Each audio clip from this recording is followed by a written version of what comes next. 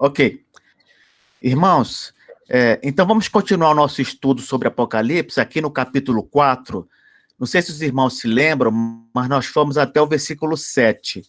Para que a maioria não fique aí sem saber, né, se localizar direito, eu vou pegar e recapitular rapidinho, do versículo 1 até o versículo 7, para os irmãos se localizarem melhor, tá?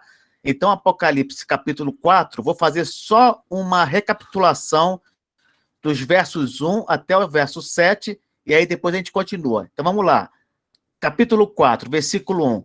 Depois destas coisas, olhei, aqui é João falando, né? Ele já tinha ouvido as mensagens de Cristo para as 7 igrejas, então aqui é depois das 7 igrejas, né? Jesus já falou várias mensagens para as igrejas e tal, e agora continua. João falando, depois destas coisas olhei, e eis não somente uma porta aberta no céu, como também a primeira voz que ouvi. Qual foi essa primeira voz? A voz de Cristo. Se os irmãos voltarem a Apocalipse 1, vão ver lá que Jesus falou com ele com uma voz como de trombeta, lá no capítulo 1. Então, aqui, Jesus de novo falando com ele. Então, continuando. Como também a primeira voz que ouvi, como de trombeta, ao falar comigo, dizendo, sobe para aqui e te mostrarei o que deve acontecer depois destas coisas.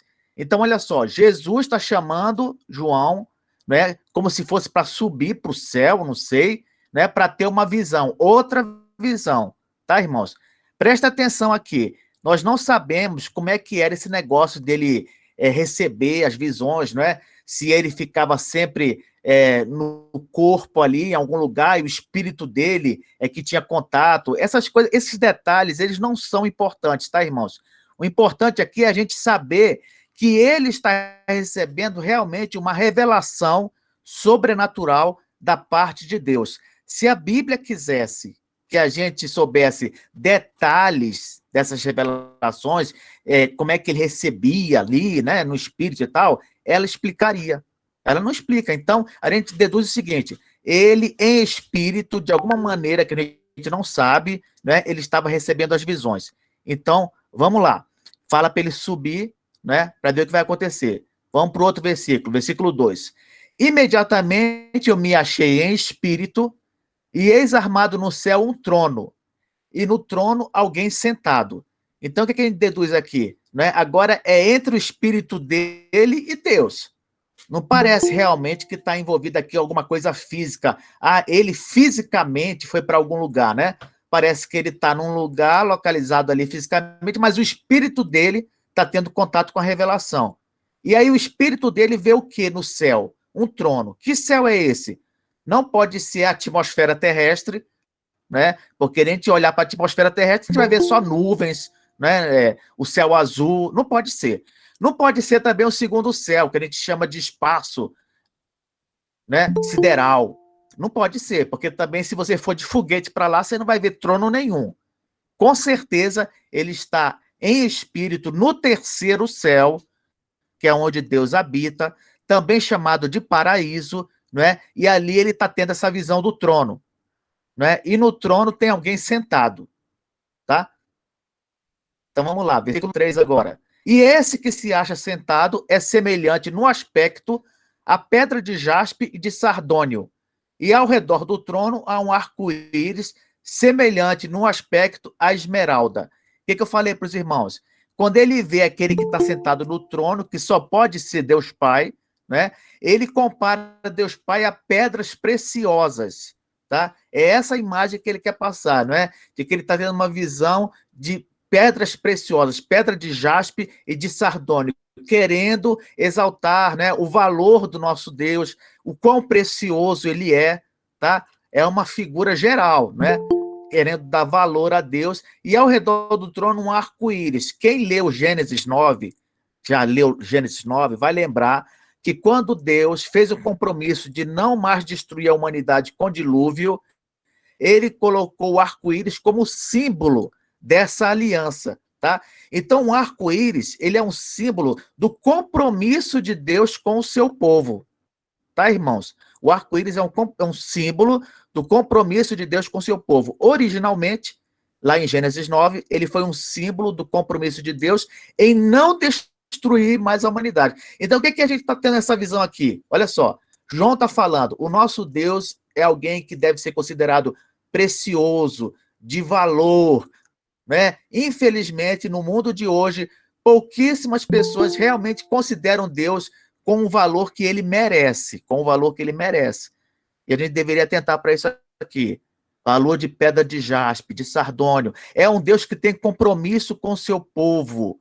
Ele não está alheio ao seu povo, tem um compromisso com ele. E a visão do arco-íris está lá para lembrar isso também. O arco-íris, esse compromisso de Deus, ele tem tanto valor, irmãos, que ele também é comparado a uma pedra preciosa. Olha só que interessante, né? No aspecto, a esmeralda. A esmeralda. Continuando, versículo 4. É o que eu falei para os irmãos. Eu não vou tratar os versículos abrindo o texto bíblico, porque isso a gente já viu. Eu só estou recapitulando. Então vamos lá. Versículo 4. Ao redor do trono há também 24 tronos, e assentados neles 24 anciãos vestidos de branco, em cujas cabeças estão coroas de ouro. O que eu falei para os irmãos? Ao redor do trono, esses outros 24 tronos representam o povo de Deus, tanto do Antigo quanto do Novo Testamento. Por quê? Porque o número 12 é o número do povo de Deus. Por isso que lá no Velho Testamento há 12 tribos. Vocês sabem que as 12 tribos, elas representam o povo de Israel, né? Que é o povo de Deus. E quando você vai para o Novo Testamento, você vê 12 apóstolos, que representam a igreja.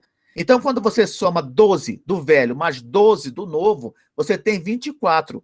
Por que tronos? Porque lá em Apocalipse 20 fala que os crentes, depois que eles morrem, eles vão para o céu reinar com Cristo. Reinar com Cristo. Então, aqui a gente tem uma visão do povo de Deus com Cristo, com Deus, lá no céu, reinando. Tá, irmãos? Então, 24, porque é 12 mais 12, tronos, né, e coroas, porque eles estão reinando, anciãos, por quê? Porque normalmente os líderes do povo de Deus são anciãos, normalmente. Quando você olha no Velho Testamento, né, você vai ver que os anciãos, eles eram líderes naturais do povo de Deus. Lembra que eu falei para vocês que nas portas das cidades, nos portões, os anciãos ficavam lá para julgar as causas, né? Então, os ancião é um símbolo de líder, é um sinônimo para líder, né, do povo de Deus. Por isso que também presbítero, a palavra presbítero, ela quer dizer ancião, né? A ideia de líder, líder do povo de Deus. Então, essa visão do versículo 4 é uma visão do povo de Deus reinando com Cristo, reinando com Deus no céu, tá? Versículo 5. Do trono saem relâmpagos, vozes e trovões, e diante do trono ardem 7 tochas de fogo, que são os 7 Espíritos de Deus. Por que essa imagem de relâmpagos, vozes e trovões? É uma alusão à presença de Deus no Monte Sinai, quando houve a mesma coisa, relâmpagos, vozes e trovões, não é? Está querendo dizer que essa visão que João está tendo, ela é tão importante, tão séria, ela tem tanto valor quanto aquela revelação dele lá no Monte Sinai, para o povo de Israel. Olha só a seriedade da coisa, hein, irmãos? Não é uma revelação qualquer, não. Tem gente que fala, não vamos estudar Apocalipse, porque o Apocalipse ele é um livro só de mistérios e não sei o que e tal. Nada disso. O Apocalipse é revelação para o povo de Deus. E é uma revelação com a grandeza da revelação do Sinai. Assim como Deus lá no Sinai deu os 10 mandamentos para o seu povo, não é? O Apocalipse aqui traz uma revelação muito importante também. Olha a visão. Do trono saem relâmpagos, vozes, trovões. E diante do trono, quem é que está diante do trono? O Espírito Santo. Lembra que eu falei para vocês ainda no capítulo 1? O número 7 é o número da completude, né? A ideia de algo completo, perfeito. Quando fala 7 espíritos, está se referindo ao Espírito Santo, que é o Espírito, vamos dizer assim, completo, o Espírito perfeito, né? Então, João, nessa visão, está falando o seguinte, olha, é uma visão grandiosa do poder de Deus, da sua majestade, o Espírito Santo está lá presente, né? Então, vejam só, o Pai está presente no trono, o Espírito Santo está diante dele. Vamos lá, versículo 6. Há diante do trono um como que mar de vidro, semelhante ao cristal, e também no meio do trono e à volta do trono, 4 seres viventes, cheios de olhos por diante e por detrás. Quem é que lembra aqui o que eu falei sobre o mar de vidro? Normalmente, na Bíblia, mar, principalmente o mar agitado, ele simboliza as nações de não crentes. Olha só que interessante, né? As referências depois os irmãos conferem aí. O mar, na Bíblia, o mar, principalmente o mar agitado, e a gente vai ver isso muito aqui no Apocalipse, representa as nações não crentes. Mas aqui nós temos diante de Deus o mar de vidro, semelhante ao cristal. Quer dizer, agora a gente está diante de um mar calmo, tranquilo, né? Sereno, que representa as nações, mas não as nações mundanas. Agora nós temos uma visão das nações, dos crentes que vivem nas nações. Por quê? Porque o povo crente está sempre diante de Deus. Deus, lá no seu trono, tem diante de si todo o seu povo. Ele sabe o que se passa na vida de todo o seu povo. Ele sabe o que acontece. Ele não está sem saber o que está se passando na vida da igreja. Essa é a ideia aqui. Diante do trono de Deus, há o mar de vidro, né? Que é um símbolo das nações crentes, no caso, não das nações ímpias. E aqui fala, também perto está o quê, irmãos? 4 seres viventes, cheios de olhos por diante e por trás. Esses seres viventes, eu expliquei para os irmãos que são anjos, né? E os olhos significam que eles estão sempre vigilantes, né? Prontos para poder fazer o que tem de ser feito. Vocês veem a diferença dos anjos para os crentes, né? Enquanto que os anjos estão sempre à disposição, é como se tivesse assim, o que tem para fazer, o que tem para fazer, eu estou pronto aqui, eu quero trabalhar, eu quero servir a Deus, ó Senhor, eu estou aqui, né? É assim que funciona lá no meio angelical, né? Olha a diferença para os crentes, para os seres humanos no mundo, né? Às vezes, para trabalhar para o Senhor é uma luta, é como se fosse um parto para o crente servir ao Senhor, fazer a vontade dele, se dispor, perguntar, Senhor, o que o Senhor quer que eu faça? O que eu posso fazer para te agradar? Tem algum serviço aí? A igreja está precisando de mim nesse ponto aí? Naquele ali? O que é que eu sou necessário? Os anjos lá são vigilantes, estão sempre lá espertos, né? Para poder servirem ao Senhor e fazer a obra deles. E aí vem uma descrição no versículo 7, que foi até onde a gente foi, né? Na última aula, desses anjos. Olha só as características deles. O primeiro ser vivente é semelhante a leão, né, irmãos? Semelhante a leão. O segundo, semelhante a novilho. O terceiro tem o rosto de homem. O quarto ser vivente é semelhante à águia, quando está voando. Então, aqui ele está querendo enfatizar as características dos anjos como se fossem virtudes, irmãos. Olha só que coisa interessante, hein? Como se fossem virtudes dos anjos. E aí, não é exagerado dizer que nós deveríamos tomar essas virtudes como exemplos para nós. Como exemplos, não é? A gente deveria, assim como os anjos, sermos semelhantes ao leão. Como assim, Kleber? Corajosos. Corajosos como leão. Corajosos para enfrentar a vida. Corajosos para enfrentar as batalhas. Corajosos para enfrentar a dor. Corajosos para enfrentar o sofrimento. Tem muito crente aí que, por ser medroso, acaba negando o sofrimento no mundo, não é? Fala assim, mas o crente não vai sofrer, o crente não vai passar pela grande tribulação, o crente não vai passar pelo vale da sombra da morte, o crente não vai ser perseguido, o crente não vai perder o emprego, o crente não vai ficar doente. Para com isso! Isso é discurso de covarde. O crente tem que ser corajoso. Ele tem que lembrar as palavras de Cristo. No mundo passais por aflição, mas eis que estou convosco. Eu venci o mundo. Lembra também do final de Mateus, estou convosco todos os dias, até a consumação dos séculos. O crente tem que ser como um leão. Não pode ser covarde. Os problemas, irmãos, eles vão sempre existir. Vão sempre existir. Mas o que a gente tem que lembrar e nos firmar é o seguinte: Deus está conosco. Nunca é demais repetir. Ainda que eu ande pelo vale da sombra da morte, tu estás comigo. Tu estás comigo. Não há nenhuma garantia, irmãos, de que nós não vamos passar pelo vale da sombra da morte. Não há nenhuma garantia. Não há nenhuma garantia de que a gente não vai sofrer, de que a gente não vai ficar doente, a gente não vai perder um ente querido, não é? Quantas pessoas estão perdendo entes queridos, amigos, não é? Nessa pandemia? Não há garantia. Não há como o crente ficar reclamando: Senhor, onde está o Senhor? Né? Com tantos problemas, tantas dificuldades, onde está o Senhor? O Senhor está conosco. O Senhor está do nosso lado. Ele está contigo. Ah, como é que eu ainda tenho força para passar por isso? É o Senhor, meu irmão. É o Senhor. É o Espírito Santo de Deus que está sempre presente do nosso lado. Por isso que a Bíblia diz: ainda que meu pai e minha mãe me abandone, Deus não me desamparará. Esse é o nosso Deus, né? Esse é o Cristo a quem servimos.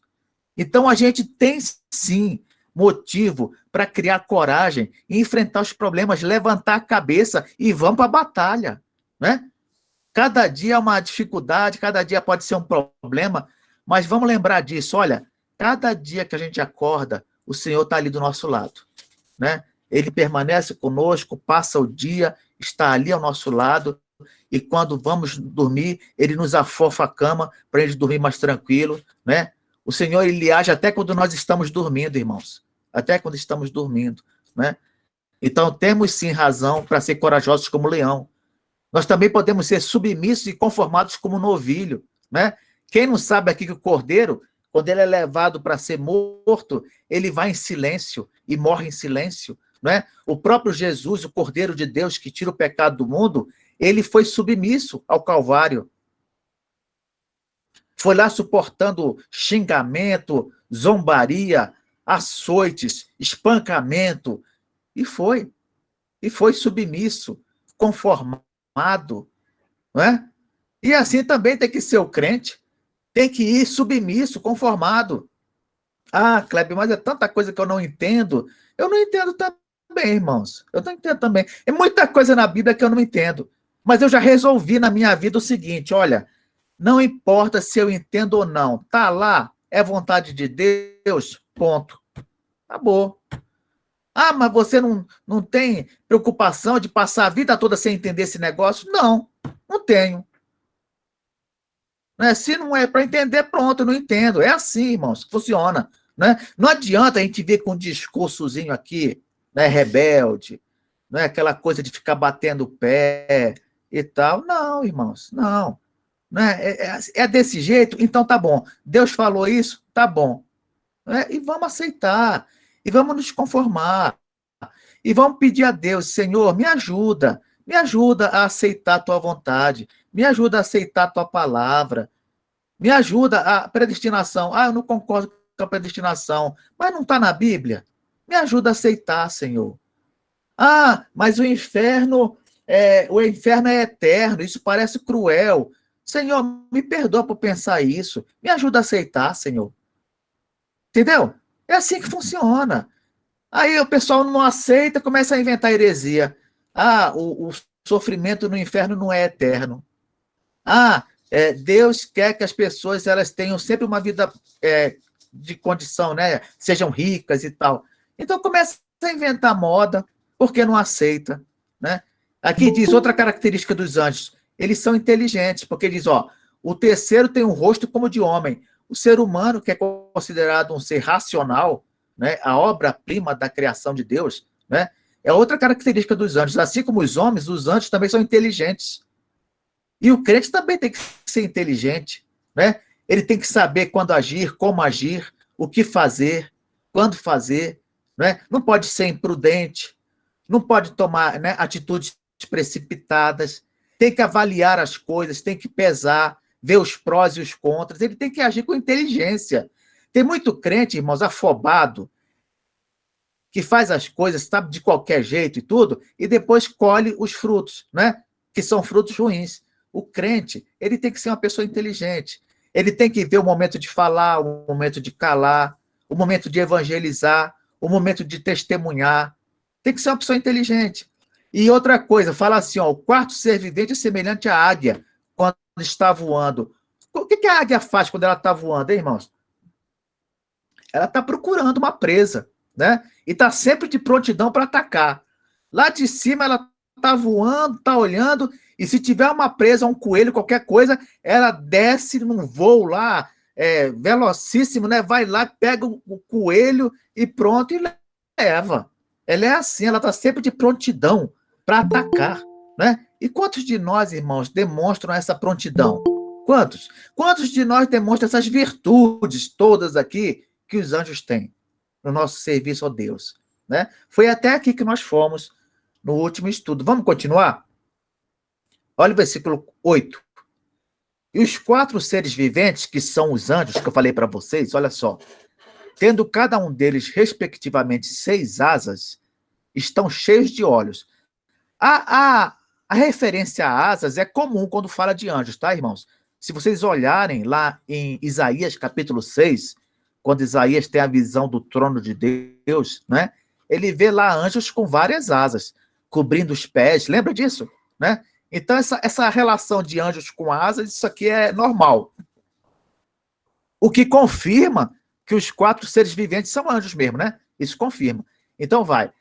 4 seres viventes, cada um com 6 asas, cheios de olhos por dentro e por fora, né? Que eu falei para vocês, ao redor e por dentro, os olhos quer dizer que eles estão sempre vigilantes, né? E dentro e por fora, irmãos, é porque os anjos, como eles têm asas, quer dizer que as asas estão até por dentro, os olhos estão até por dentro das asas. É como se eles tivessem olhos pelo corpo todo, né? Querendo enfatizar, claro, a vigilância deles, tá, irmãos? Não fica interpretando isso literalmente, não. Se a gente começar a interpretar as coisas literalmente, o que acontece? A gente vai começar a ficar apavorado, né? Quando você vai ver lá a descrição do anticristo, por exemplo, é uma coisa assim, é um monstro, né? É um monstro. Mas aí quando você começa a ver o que quer dizer as figuras, tá, tô entendendo, agora sim, né? Então não vamos levar muito isso ao pé da letra literalmente, mas vamos procurar ver qual é a simbologia aqui, tá? Então, o que eu falei para os irmãos, muitos olhos por quê? Estão sempre vigilantes, né? Os olhos, muitos olhos. Eles não têm descanso nem de dia nem de noite. Olha só. Kleber, lá no céu tem dia e tem noite? Não, provavelmente não, mas aqui é uma linguagem que ele usa, uma linguagem simples, comum, né, para se referir a coisas espirituais, tá, irmãos? Quer dizer o quê? Que eles estão sempre lá louvando o Senhor. Não quer dizer também que eles estão louvando sem parar, mas que eles estão continuamente louvando. Né? Uma coisa que eles sempre fazem lá é louvar o Senhor, tá? Esse negócio da Bíblia usar uma linguagem humana para se referir a coisas espirituais, o Calvino, ele chamava isso de acomodação de Deus. Olha só que coisa interessante, né? Deus, ele usa uma linguagem de acomodação. Ele usa uma linguagem humana para se referir a coisas espirituais, sobrenaturais, senão nós não conseguiríamos entender nada. Entender nada. Por isso que a linguagem tem que ser simples, né? Por isso que a Bíblia diz que Deus não está com a mão fechada. Por quê? Deus não tem mão, Kleber, ele é espírito. É verdade, ele é espírito. É por isso que Deus usa essa linguagem de acomodação, para a gente entender. O que quer dizer isso, que Deus não está com a mão fechada? Que ele está, né, aberto, ele está disposto a ouvir, ele está disposto a atender e tal, né? Então, irmãos, a gente tem que ver o seguinte, não adianta fazer que nem os mormons, por exemplo. Os mormons, eles falam o seguinte, que Deus, né, o Pai, ele também tem corpo, um corpo físico e tudo, sendo que a Bíblia diz que Deus é espírito. Aí o mormon vai explicar, não, mas porque você lê na Bíblia que fala que Moisés, ele viu as costas de Deus. Mas na Bíblia lá diz que Deus tem mão. Na Bíblia diz que Deus tem ouvido. Na Bíblia diz que Deus tem olhos. Irmãos, o que é isso? Que infantilidade é essa? Deus é espírito. Essa linguagem que eu falei para os irmãos é uma linguagem de acomodação. Só quer dizer o seguinte, Deus não está com os olhos fechados porque ele vê todas as coisas. Ele é onisciente. Deus não está com as mãos fechadas porque ele dá. né? E Deus não está com os ouvidos fechados, não é porque ele tem ouvido, não, é porque ele está sempre atento. Então é isso, tá? Aí diz assim, os anjos lá proclamando, Santo, Santo, Santo é o Senhor Deus, o Todo-Poderoso, aquele que era, que é e que há de vir. Não sei se os irmãos lembram, eu fiz esse comentário no capítulo 1, não é? Essa expressão para Deus, aquele que era, que é e que há de vir, ela serve tanto para o Pai quanto para o Filho, né? Se você for olhar em Apocalipse 1, ela é usada para os dois. Ela é usada no começo do capítulo para o Pai e mais adiante ela é usada para o Filho. Ela serve para os dois. Serve mais para o Filho, né? Por quê? Porque o Filho, a gente sabe que ele vai vir para julgar o mundo, né? Mas também serve para o Pai, porque o Pai, ele vai estar com o Filho na consumação de todas as coisas. Lembra que eu falei para vocês que quando se consumar todas as coisas, o Filho vai entregar o reino ao Pai? Ele vai entregar tudo ao Pai? Porque essa é a missão do Messias. A missão do Messias é, no final, restaurar todas as coisas, né? Isso que é a ideia de redenção, restaurar todas as coisas, a natureza, a humanidade, a criação em geral, e entregar essa obra pronta, acabada, para o Pai. Então, o Pai, ele também vai estar na consumação, né? Outra coisa, quando você lê lá em Atos 17, o apóstolo Paulo pregando diante do Areópago, não sei quem lembra dessa passagem, pregando lá em Atenas, ele fala o seguinte: porquanto escolheu um varão por meio do qual irá julgar o mundo. Então, o Pai, ele não só vai vir para receber a obra do Messias acabada, né? Como ele também vai vir na pessoa do Filho para julgar o mundo. Não vai ser o Pai que vai julgar o mundo.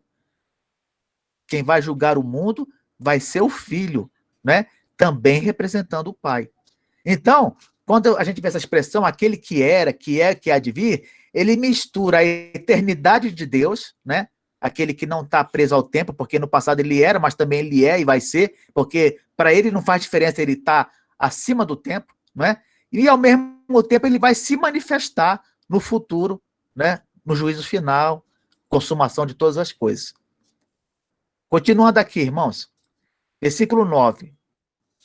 Quando esses seres viventes derem glória, honra e ações de graça ao que se encontra sentado no trono, ao que vive pelos séculos dos séculos. Irmãos, não sei se vocês percebem, mas parece que tem um erro aqui no texto. Olha por quê. João não está no céu tendo uma visão, então ele está descrevendo o que ele está vendo, não é? Só que ele diz assim, ó, no começo do versículo 9, quando esses seres viventes derem glória, ele está falando aqui no futuro, como se fosse uma coisa que vai acontecer. Mas não tem sentido isso. Por quê? Porque ele não está tendo a visão. Ele poderia usar o verbo no passado, descrevendo o que ele viu, ou poderia estar usando o verbo no presente, descrevendo o que ele está vendo. Agora, usar o verbo no futuro é esquisito. É por isso que, se você for ver em outras traduções, o verbo aqui não é derem.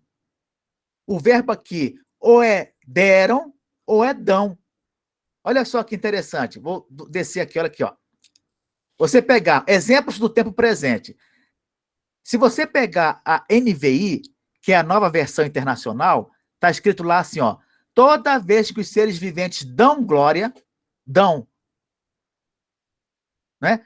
Os 24 anciãos se prostram. Tem sentido. Por quê? Ele não está vendo a coisa acontecendo? Não está vendo? Então, o verbo presente, ele serve. Não tem problema nenhum, né? A nova versão internacional, ela foi feliz nessa tradução. Poderia também ser no tempo passado, né? No caso, ele estaria descrevendo o que ele viu.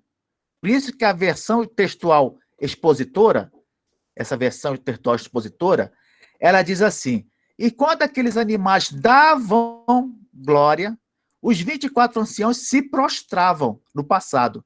Ele está descrevendo o que ele viu. A versão Almeida Revista e Corrigida. Essa aqui é a versão adotada pela Assembleia de Deus, tá, irmãos? Está escrito assim, ó, o verbo no passado. E quando os animais davam glória, os 24 anciãos prostravam-se. No passado também. Mas na Almeida, na nossa atualizada, está no futuro. Aí vocês perguntam para mim, Cleber, o que você quer dizer com isso? Eu estou querendo dizer que a tradução da Almeida nesse versículo foi infeliz. Foi infeliz. Ah, meu Deus do céu, mas a Bíblia é inspirada por Deus. E agora, o que eu faço? E tal. Irmãos, calma, calma. Presta atenção que eu vou explicar para você. Os originais da Bíblia, eles não têm erro nenhum. Não tem erro nenhum. Porque não foi inspirado por Deus? Foi. Se foi inspirado por Deus, não pode ter erro, porque Deus não erra. Então, quanto aos originais da Bíblia, não tem erro nenhum. Traduções podem ter erro? Podem. Ah, você quer dizer então que uma tradução da Bíblia, ela pode ter algum erro em algum versículo e tal? É exatamente isso que eu estou falando. Pode ser que a gente encontre um erro em algum versículo e tal, um erro gramatical, que eu estou falando, né? Por causa de tradução que foi errada. Na tradução também envolve uma interpretação, às vezes interpreta errado também, e por isso acaba traduzindo de forma errada, não é? Mas o que acontece? As Bíblias, os tradutores, eles têm consciência disso. Por isso que quando a gente vê, por exemplo, Almeida Revista Atualizada, segunda edição, terceira edição, às vezes vem com correções. Por quê? Porque algum irmão viu o erro ali e comunicou à sociedade bíblica, olha, houve um erro aqui nessa tradução, é melhor vocês verem direito. Será que está certo isso? Aí os caras vão lá, examinam, lançam uma nova tradução da Bíblia e corrigem aquele erro.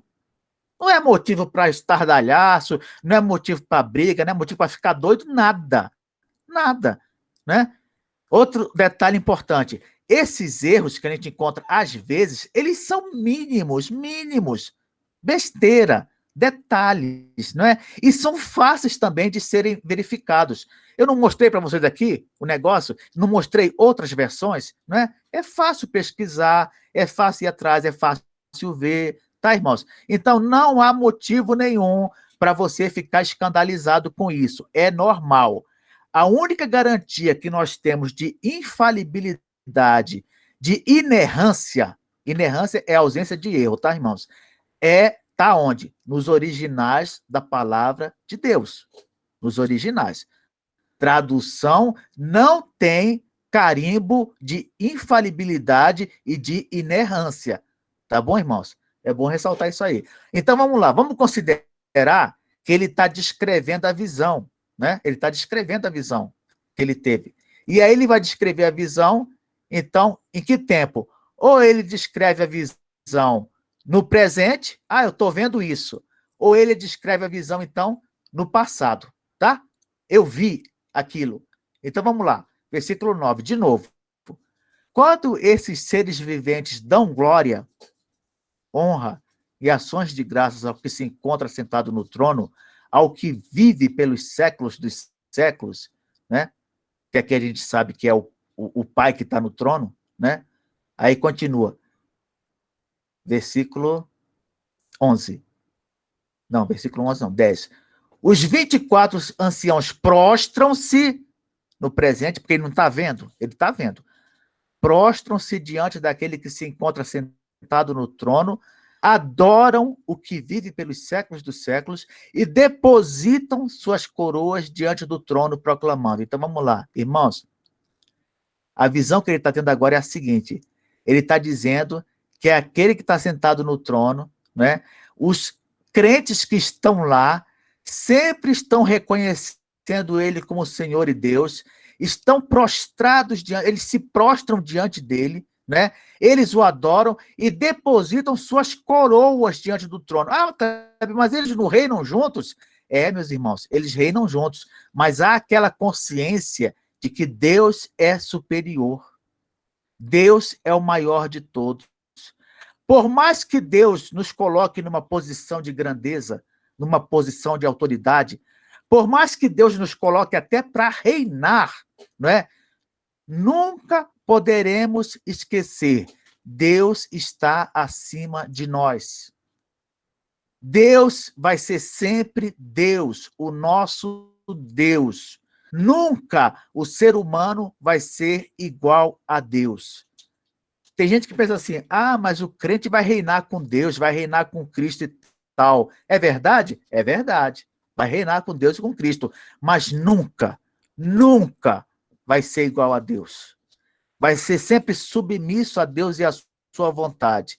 Por isso que tem aqui essa imagem. Os 24 anciãos que representam o povo de Deus, que estão adorando a Deus, eles mesmos depositam suas coroas diante do trono, proclamando. Proclamando o quê? Versículo 11. Tu és digno, Senhor, e Deus nosso, de receber a glória, a honra e o poder, porque todas as coisas tu criaste, sim, por causa da tua vontade, vieram a existir e foram criadas. Então, vocês vejam que aqui nós temos a essência da teologia reformada. Qual é a essência? A essência que Deus é tudo. Deus é tudo. Deus é soberano. Deus é nosso valor maior. Deus é aquele que é digno de toda a honra, toda a glória e todo o poder. Na teologia reformada não existe espaço para exaltação do homem. Na teologia reformada, todo o espaço de glória e de honra é dado a Deus. É por isso que, irmãos, às vezes a gente fica falando, mas fulano, católico, né? Fulano é católico e ele venera não sei quantos mil santos lá. Irmão, deixa eu falar uma coisa para vocês. Quando uma pessoa se converte verdadeiramente a Cristo, quando ela aceita Jesus como Senhor e Salvador, naturalmente ela abandona os santos. Naturalmente ela faz isso. Naturalmente ela acaba com essa idolatria. Naturalmente ela acaba com mariolatria. Isso acontece naturalmente. Por quê? Porque o Espírito Santo, ele põe uma consciência na pessoa de que só Deus é digno de glória e de honra. Ele coloca essa consciência na pessoa. Então, naturalmente, ela abandona toda a idolatria, né? Naturalmente. Não precisa ficar dizendo assim, mas por que o católico faz isso? Ele vai deixar, né? O Espírito Santo vai incomodar, ele vai deixar. Cristo não divide a sua honra e a sua glória com outros, não divide. A própria Maria, a mãe de Jesus, ela tinha consciência da superioridade do filho. Quando a gente olha lá em João capítulo 2, no casamento em Caná da Galileia, o que acontece? Eles correm para Maria. E quantas pessoas também correm para Maria hoje, não é verdade? Acontece agora que corre para Maria. Eles correram para Maria. O que Maria fez? Não, eu não. Ele. Eu não. Ele. Mas a gente precisa resolver o problema aqui, o negócio está feio, acabou o vinho, acabou não sei o que e tal. Eu não. Ele. Né? Então, é assim que funciona. E aqui, os crentes no céu, eles falam, tu, Senhor, tu que és digno de receber a glória, a honra e o poder. Não é?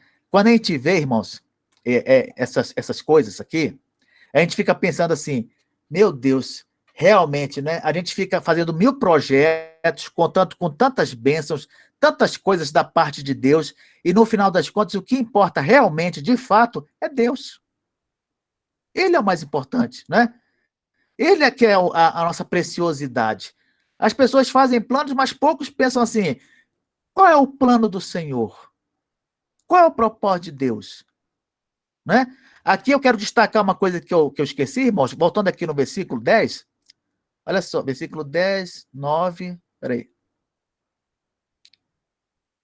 Eles falam assim, quando esses seres viventes derem glória, honra e ações de graças ao que se encontra sentado no trono, eu esqueci de explicar, irmãos. Aqui a gente vê muito na Bíblia, junto, glória e honra, né? E às vezes as pessoas pensam que são coisas sinônimas. Mas se fossem coisas sinônimas, né? Elas não viriam assim juntinhas, né? Uma do lado da outra, né? Normalmente elas têm um significado, né? Parecido, mas não é igual o significado, é diferente. Normalmente, irmãos, quando a Bíblia fala em glória, né, a Deus, o fulano dá glória a Deus, o que quer dizer? Quer dizer que a gente está reconhecendo o mérito de Deus em alguma coisa. Tá? Vou dar um exemplo para vocês. A pessoa, ela foi curada. Um exemplo, né? Ela foi curada.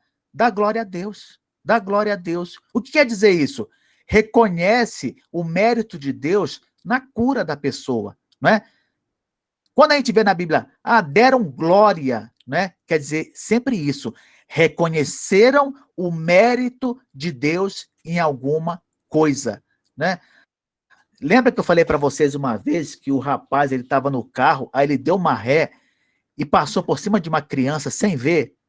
Só que aí, quando eles correram desesperados para ver o que tinha acontecido com a criança, não tinha acontecido nada. A criança estava bem. Não sofreu nada, nem um arranhão. O que eles concluíram? Milagre. Aí o rapaz, ele era um motorista, né? Acho que era motorista de táxi. Ele correu até a igreja católica mais próxima e foi agradecer a São Cristóvão, que é o santo protetor dos motoristas. Entendeu?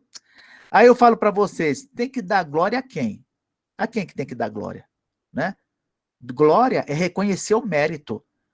Quando você vai a um santo e reconhece o mérito por um milagre, então você está dando glória errado. Vocês estão entendendo? Lembra também lá em Atos dos Apóstolos, quando o rei Herodes, um dos reis Herodes, né, porque são vários, estava lá sentado e o povo lá exaltando ele, glorificando ele e tal, e ele aceitou a glória. Né? O que aconteceu? Ele morreu e foi comido de vermes. Por quê? Aceitou a glória que não era dele. Né? Glória é reconhecer o mérito. Reconhecer o mérito. Ah, mas eu peguei e estou aqui com o fruto do meu trabalho, né? Eu ganhei muito dinheiro trabalhando e agora eu estou rico e tal. Como eu sou inteligente, como eu fui esforçado, como não sei o quê. Meu irmão, se Deus não te desse saúde, se Deus não te desse força, se Deus não te desse inteligência, se Deus não te desse condição, se Deus não abrisse uma porta para você, você não teria nada, não teria trabalho, não conseguiria trabalhar, né? Não conseguiria desenvolver, não conseguiria se destacar. Então a gente não pode nunca perder de vista a causa primeira, que é Deus. Então toda a glória, todo o reconhecimento de mérito vai para ele, né? A palavra honra, irmãos, ela tem a ver mais com respeito, tá? Tem a ver mais com respeito. Quando você respeita a Deus, aí a Bíblia traz junto essa ideia de você honrar a Deus, não é? E aí é claro que não dá para escapar da obediência no caso, né? Vai estar relacionado. Então, se você honra a Deus, você respeita a Deus e você obedece a Deus. É por isso que a Bíblia diz assim, como exemplo, né? Um exemplo. Honra ao Senhor com os teus bens e com as primícias de toda a tua renda, né? Quer dizer o quê? Respeita a Deus, rapaz. Respeita a Deus na área do dízimo. Obedece a Deus nessa área aí, ó. Serve a Deus direito, rapaz. Você não está honrando a Deus assim, não, né? Então, eu queria destacar essa diferença para os irmãos.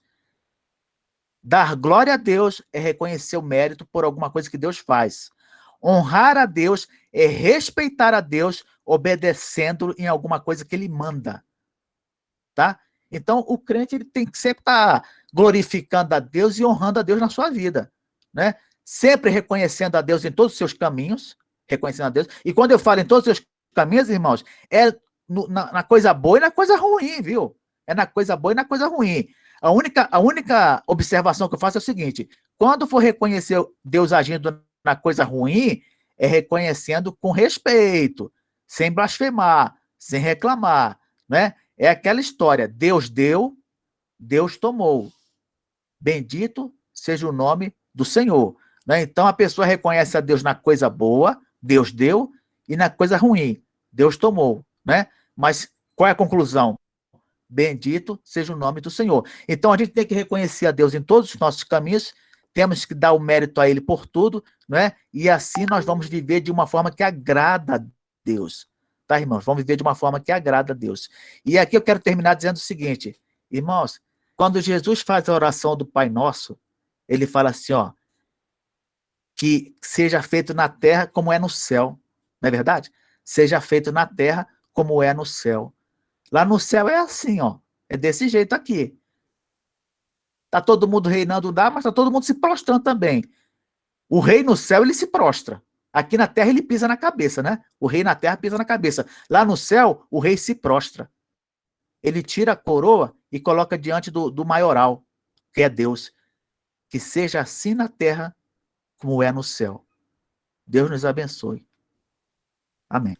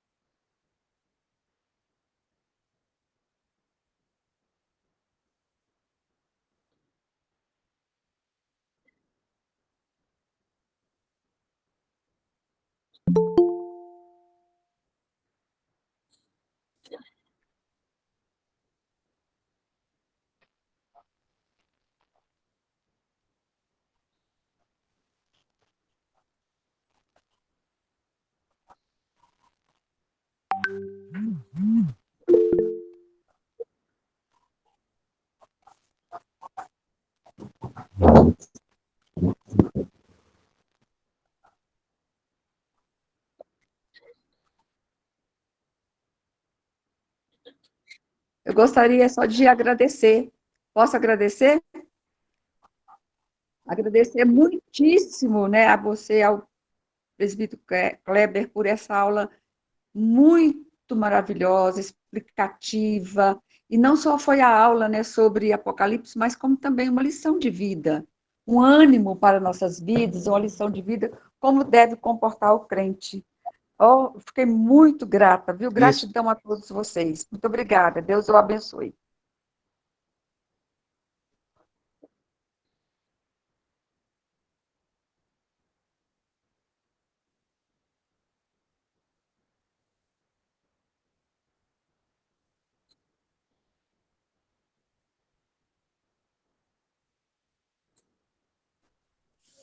Amém, irmãos. Graça e paz. Também fui muito edificado. Deus abençoe a vida do Kleber, abençoe aí sua família.